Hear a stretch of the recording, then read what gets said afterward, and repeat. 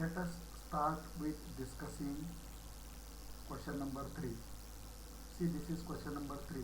In question number 3, our aim is to prepare a continuous frequency distribution table.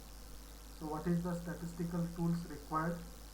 So statistical tools required are continuous frequency table. So required formulae are rand between frequency pivot table, data analytics and countif. And data source, it is taken from the self-selected data. This is question number 3, in which we are interested in preparing continuous frequency distribution table. We will see this, how to prepare a continuous frequency distribution in different ways. So one way is to apply a frequency curve. The second way is to apply a countif function. The third way is to apply a pivot table function. And the fourth way is to apply the data analytics toolpath. So today we will discuss how to prepare a frequency distribution with the help of frequency function. So I have made this. So I have already prepared a frequency distribution. Just I will elaborate you how to do that one. So first apply rand between function. So you know how to apply a rand between function. So for applying rand between function, equal to RAND. So apply this RAND.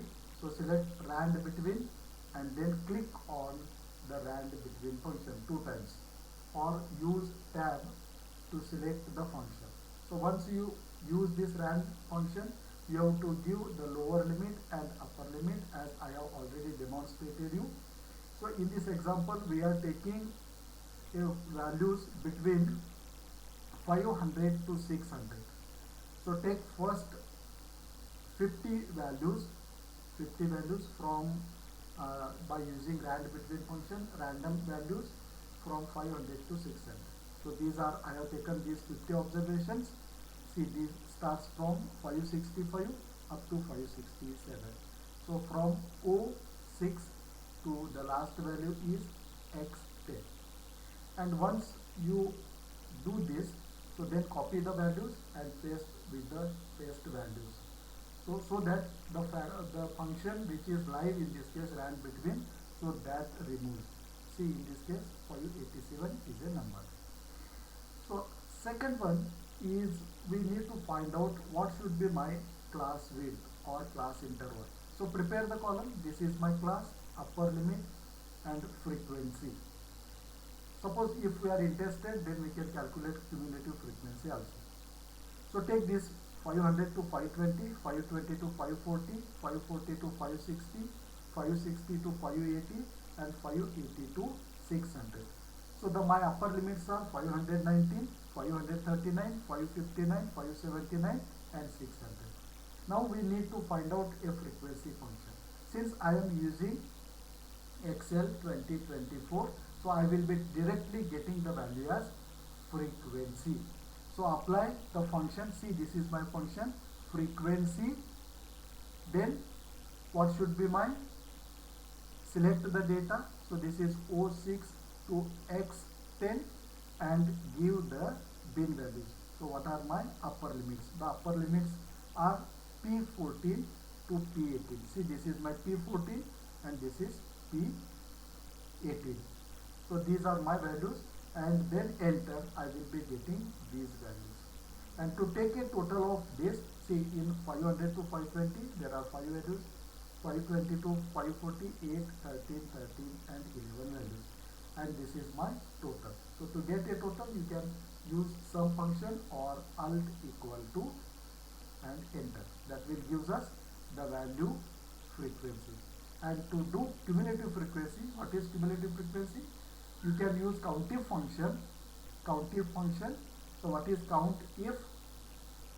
So to use countif function, select the data and then apply this value. So this is, see, this is the use step number 4, countif function, fix range and then less than or equal to 519 in double quotes and then enter. So that will give us the cumulative frequency. So So once this is for first value, this is for second value, this is for third value, fourth value and fifth value. And the total should be 50. See, in this case it is 50. The total in this case is also 50. Therefore, the cumulative frequencies are correct. And to do this frequency, what we have to do? So the first value should be taken this, then this should be minus. The second one is this should be minus. So likewise, you can find out the values as frequency. So this is the way we can calculate the frequency, and also by the use of counting function. See, we have seen two methods. One method is by using frequency function and the second is by using counting function. So we will discuss how to do this continuous frequency distribution, preparation of continuous frequency distribution table with the help of pivot table in the next session. Till then, goodbye.